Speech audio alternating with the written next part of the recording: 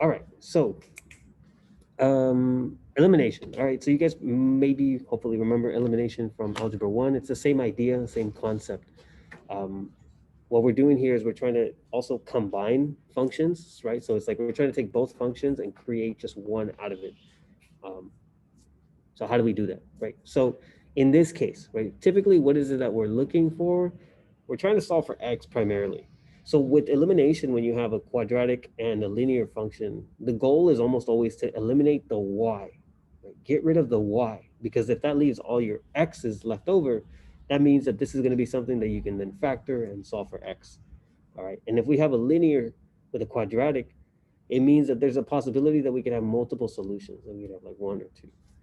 All right, so let's say I wanted to eliminate, right? I want to solve, or I want to combine these two equations. How could I, in this situation? What do you think would need to happen first? And pay attention to where the y variables are at.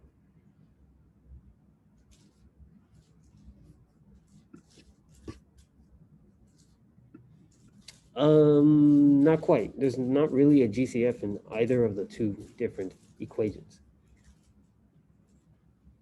Kind of, right? Get y by itself in a way. Yeah, it's like let's get y on one side of the equation so that when we do combine, right, that's what cancels. And then everything else on the other side, right? So it requires a bit of manipulation of both equations, right? So starting with the first one, let me get my pen. Okay, what I would like to do is like, let me move the constant, the -1, over to the right side, right? So we would add 1 so that I would actually have this equation, which says x squared minus 7x plus 12 is equal to y. Okay. And then I want to rearrange the second equation as well so that I basically can line up my y's. Right? If I can line up my y's, it would make it a lot easier for me to eliminate those y's. All right. But the way that we originally had it, those y's were not lined up. Right? So you want to line up like everything. So like equal signs, your y's are right above each other. Right? Anything that's like a like term is stacked on top of each other. So second equation, what do you think would need to be done so that it does line up with the way that the first one is?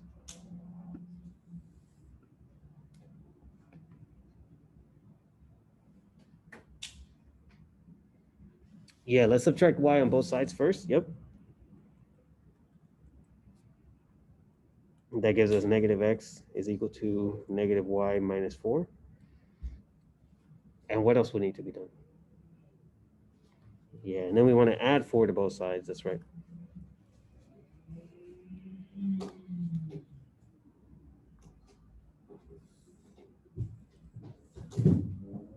So now what we have is negative x plus 4 is equal to negative y. All right. Now let's leave it as negative y. All right. You'll see why. Let's go ahead and write it over here so that the two equations are lined up on top of each other. So we would have negative x plus 4 is equal to negative y. Okay. So this is what I mean about lining them up. I have my x squared column, I have my x column, I have my constants column, I have my equal sign, and then I have my y. All right. So with elimination, typically what is it that we do? Well, we basically just add, right, top with bottom.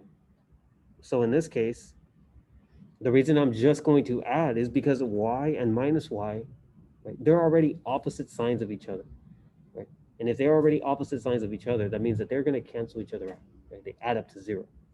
So if we add x squared, right, with nothing, it's just x squared. Negative 7x plus negative x would be negative 8x. 12 plus 4 would be positive 16.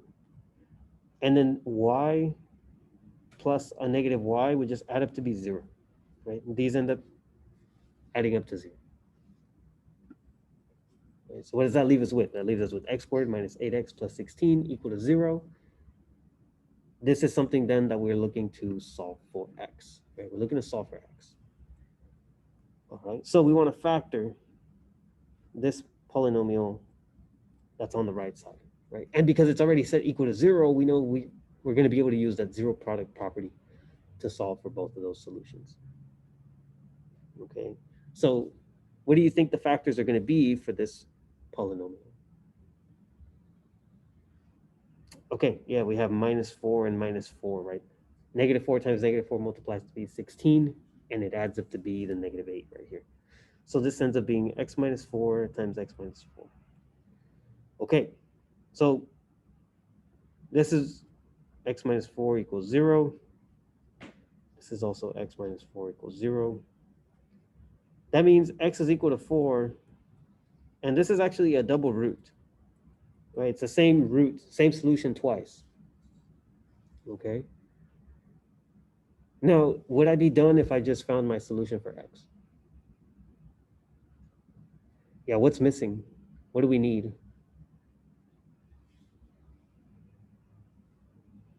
Okay, the points. It is a multiplicity of 2. That's right. You're not wrong. But if I'm solving a system, which is what I have a system of two functions or two equations. In order for me to have the solution of a full system, if I found the solution for x, what else do I need? Yeah, I need a solution for y as well. So if x equal to 4 is my only x value right now that I have, then I need to go back and plug that in to solve for y. All right. Now you get to decide which one you're going to plug it into. You have two options. You can plug it into the first one or into the second one. Which one would be maybe less work, a little bit easier? 1 or 2? Yeah, second one, right? You just plug in and you're going to be able to solve for that pretty easily. So let's go ahead and do that. We have x is equal to 4. So we take this function, negative x plus y equal to negative 4.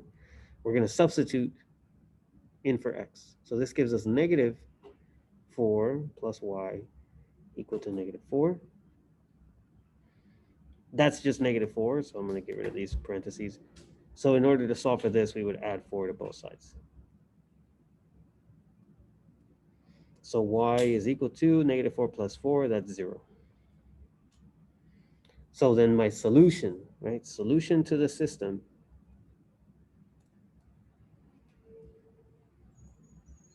is the full coordinate, 4, 0.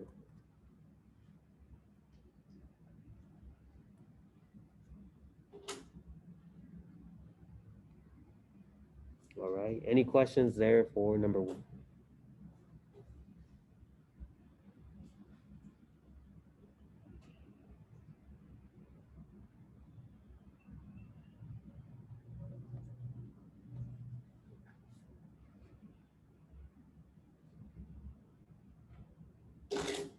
All right, so far, yes.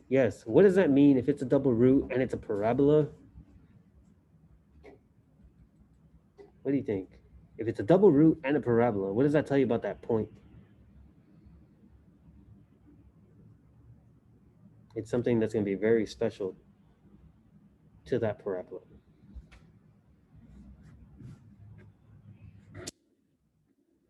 Think about it. It hits the x-axis, but then it bounces up. Right?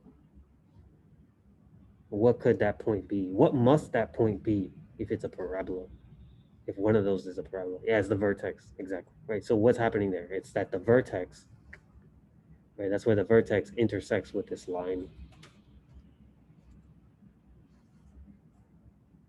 at 4, 0. Right. So that's what it means, right? But it's very possible. If we were to graph them, that's what we would see. Okay. But good question. All right. All right, let's take a look at example number 2. All right, we talked about some of the requirements, right? The pre-requirements in order to do elimination. Ideally, we get y by itself, and then everything else lines up under like terms, right? So we have to do a little bit of like pre-work for both of them. I want to massage these terms into the right spot. Where do we start? All right, starting with our first equation here.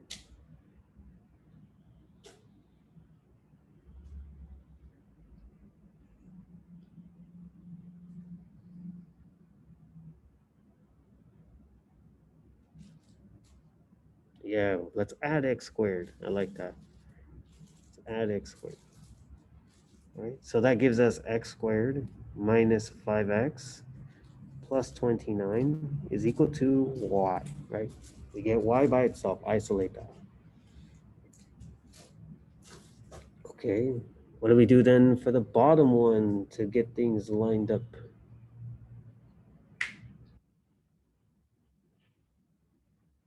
Okay, you want to subtract x squared? All right, let's do that. We subtract x squared from both sides. That leaves us with the y is equal to x squared minus 1. Okay, I could just rearrange, right? Like kind of flip the equation so that y is going to be by itself on the right, right? So that I don't have to move all these terms because it's still the same thing. So what I mean is, okay, I know y is equal to x squared minus 1. So instead, I'll just write it as y is equal to x squared minus 1, right? Do you see that I'm lining them up with their, basically with their like terms?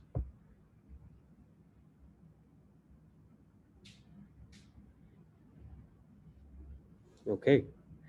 Now, let's say we're going to combine, right? We want to combine. Now, if I were to combine it the way it is right now, would I be able to cancel out my y values or my y variables?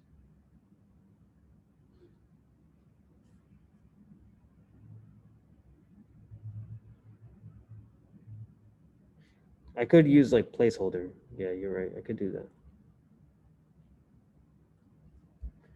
But my question was, if I were to combine my two equations right now, the way they are, would the y values cancel? They wouldn't, right? Because I have y plus y, I'd end up with 2y. How do I then change it? There's something that we used to do in Algebra 1 when we were doing elimination. What is that one strategy that helps us? Do you mean multiply by -1? Is that what you're saying? Yeah, we can multiply one of the equations by -1 in order for the sign of the y to change. Okay, so we could either do that to the top or to the bottom. I'm going to multiply the negative to the bottom.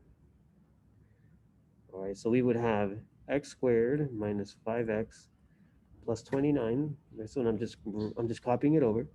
When you multiply the bottom by a negative, right, distribute to all terms. That includes the y. So now what we have is a negative x squared. That's still 0x plus 1 equal to negative y.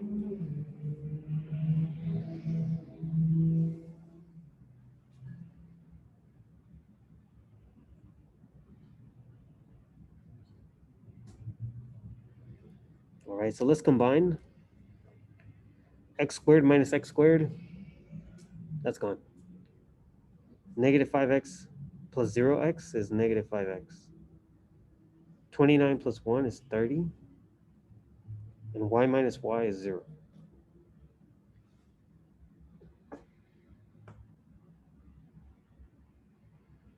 All right, let's solve for x. Right, subtract 30. Negative 5x is equal to negative 30. So we divide by negative 5. X is equal to positive 6.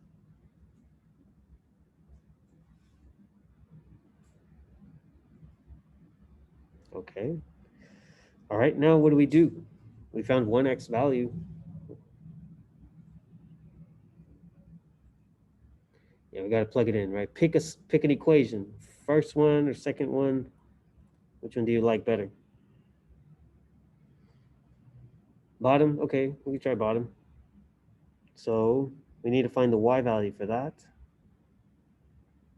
We have x squared plus y is equal to 2x squared minus 1.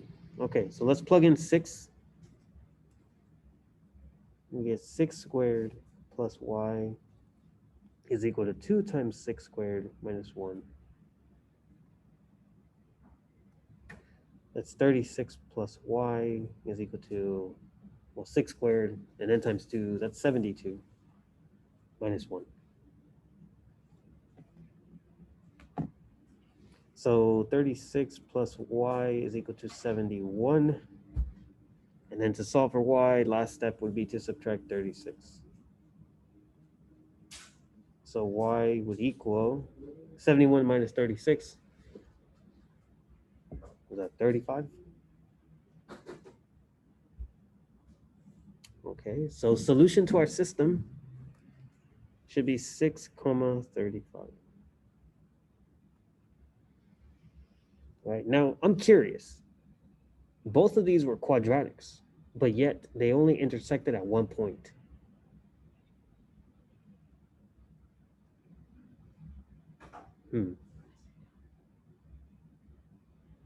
Strange.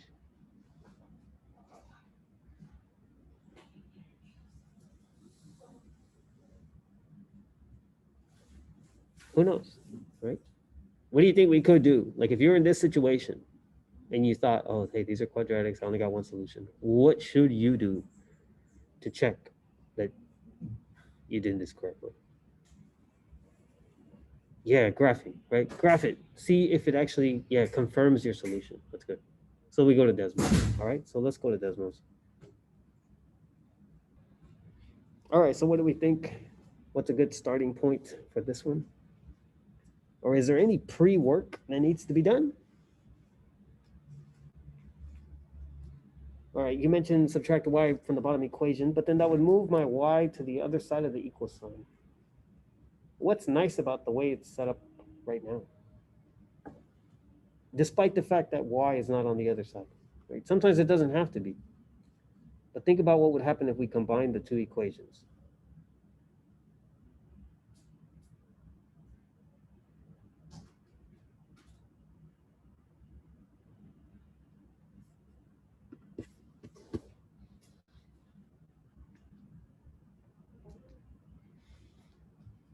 Right, let's say you combined right from the jump. We added. Yeah, the y's would cancel out, right? That'd be nice. That's kind of what the goal is all the time. Now, usually it's a little easier when we have the y's on the other side of the equation, but if they're on the same side of the equation, that's okay. So 2x squared plus x squared, that's 3x squared. This pen is way too excessive. 3x squared. Negative 5x plus 2x is negative 3x squared. I'm sorry, negative 3x. The negative y plus y, these end up canceling, right? And then we just end up with equals to negative 2 plus 0 is just negative 2. All right. So now that we're here, right, what would your approach be if we're trying to solve for x?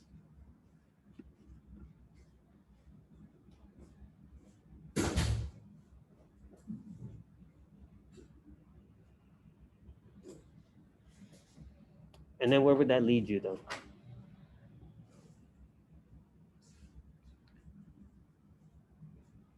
Yeah, the tricky thing about doing a GCF on the left side right now is that, sure, you could factor out 3x, right? But then you're not going to be able to use zero product property because this is not 0.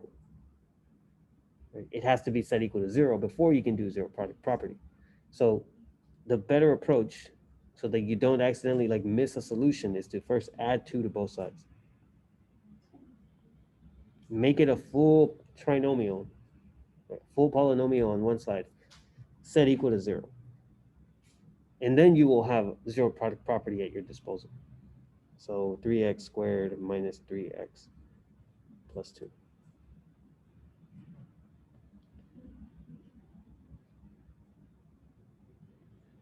Okay. So now, what do you think? This factor, right? This factor. What do you think? What method might be a good one here?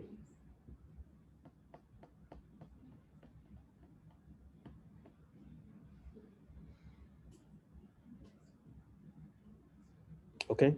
You like traditional. Huh? All right, let's do it.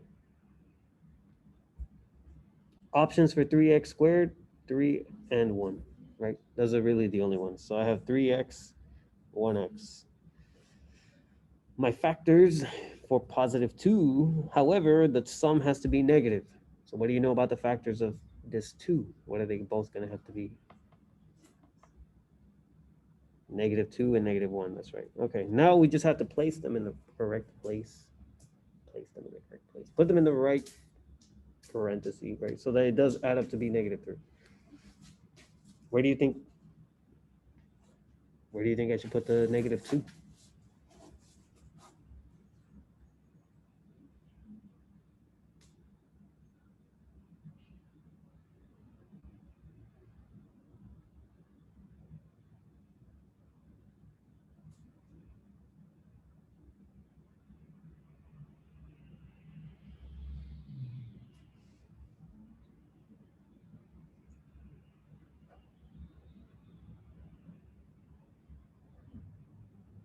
All right, let's try our options. Let's say -2 went here, -1 went here. Right, would this work? Let's see. That would be -1x. This would be -6x. That's -7x. Right, so that's not going to work. Let's try swapping them around. Let's put the -2 here and the -1 here. This is -2x and this is -3x, but that gives us -5x. So what now?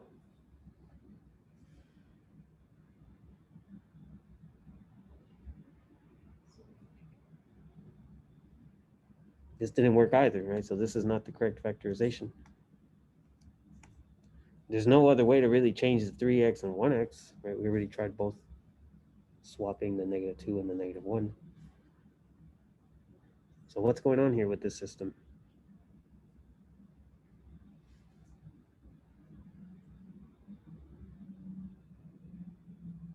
We're not sure, huh? Okay, so let's think about it, right? What we're trying to do is solve a system, right? Solving a system means solving for the intersection of two graphs. Is it possible that the graphs maybe don't touch at all and they don't intersect? Right? Because we're trying to factor this and we're not able to do it, right? What if we tried Xbox? Right, let's just see, right? We would have to multiply, that would give us 6x squared, but it has to add up to be -3x, right? Are there factors that multiply to be 6 but add up to be -3? Think of all your factors of 6. 1 times 6 or 3 times 2.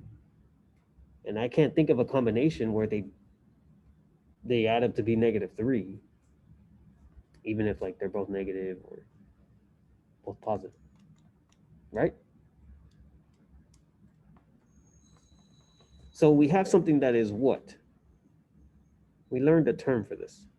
We have this polynomial right here, but it's not factorable,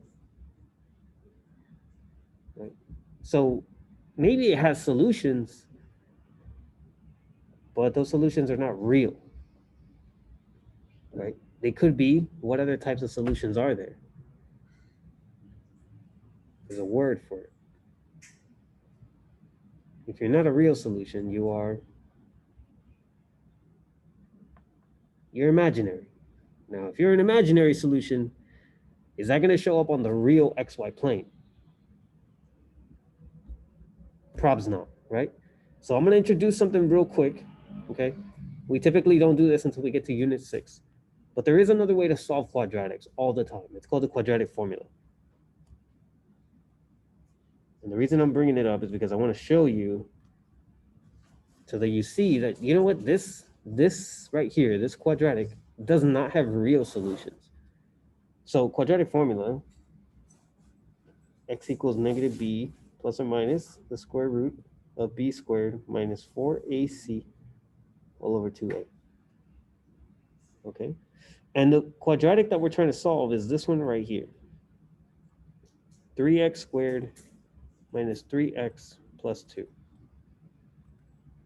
This one is a, this one is b, this one is c. And all we have to do is plug it into the formula, right, and see what we get. All right, so a is only the coefficient, b is only the coefficient, c is the constant. We never plug in x into the quadratic formula, only the coefficients or the constants. So let's see what this gives us. x will equal negative, my b is already negative, so that's another negative 3.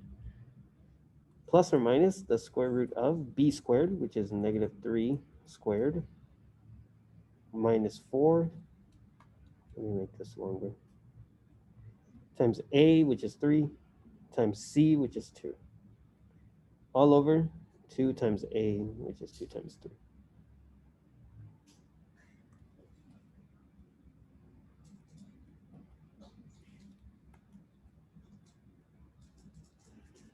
Okay, let's see. We clean this up. X would equal 3 plus or minus the square root of 9 minus, well, 4 times 3 is 12, times 2 is 24, all over 6. All right. Here's how we know that we are going to have imaginary solutions. Look inside the square root. 9 minus 24. What kind of number is that going to give us?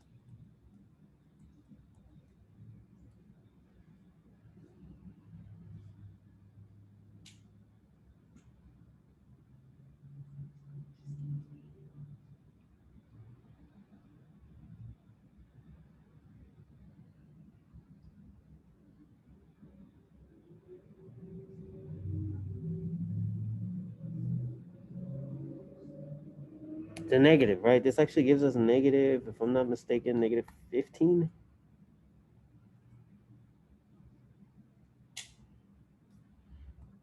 All over 6. All right, and that's as far as I want to go, because the important part about this is that this inside of the square root is negative. That means that both of the solutions that we're going to get are imaginary. And if both solutions are imaginary, what does that tell you about the whole system? Right? Those two original graphs. What kind of relationship is there between those two graphs? Yeah, they never meet. They never intersect. Right? Because if they do intersect, it's in the imaginary plane, and we're not working in the imaginary plane. We're working in the real plane. All right, so this tells us two things. Imaginary solutions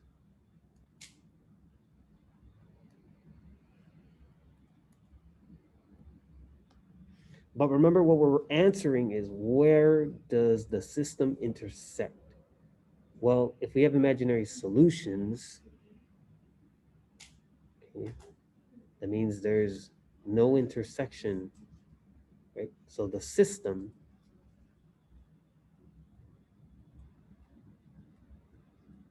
has no solution.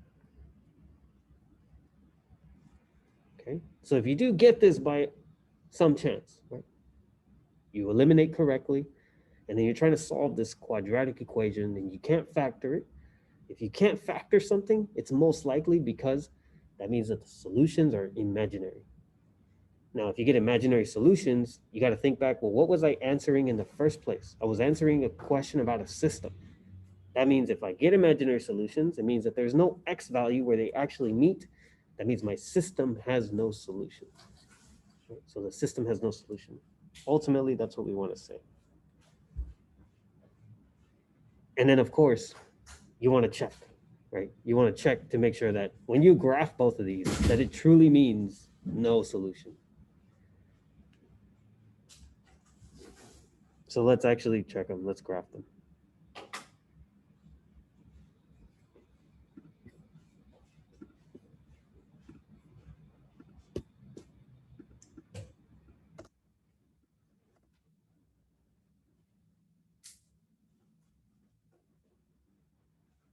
So we had 2x squared minus 5x minus y equal to negative 2. Okay, that's a parabola. And then our other quadratic,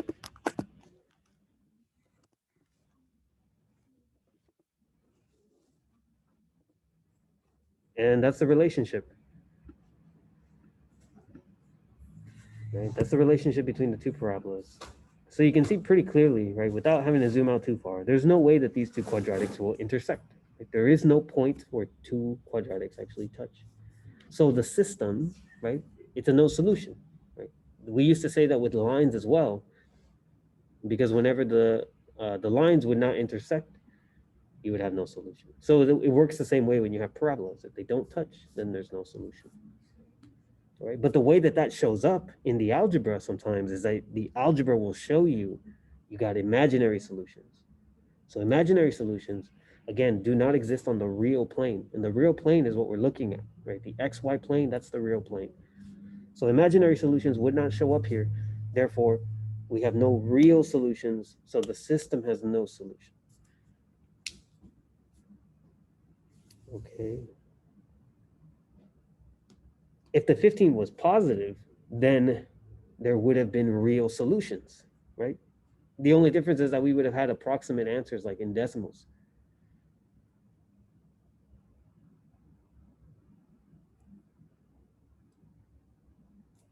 But it's likely then that if the 15 was positive, maybe the original quadratic would have been factorable, right? But that means there would have been solutions. There would have been points of intersection. An imaginary solution is not an extraneous solution. No, these are different. These are different concepts. Imaginary solution only shows up when there is a negative inside of the square root.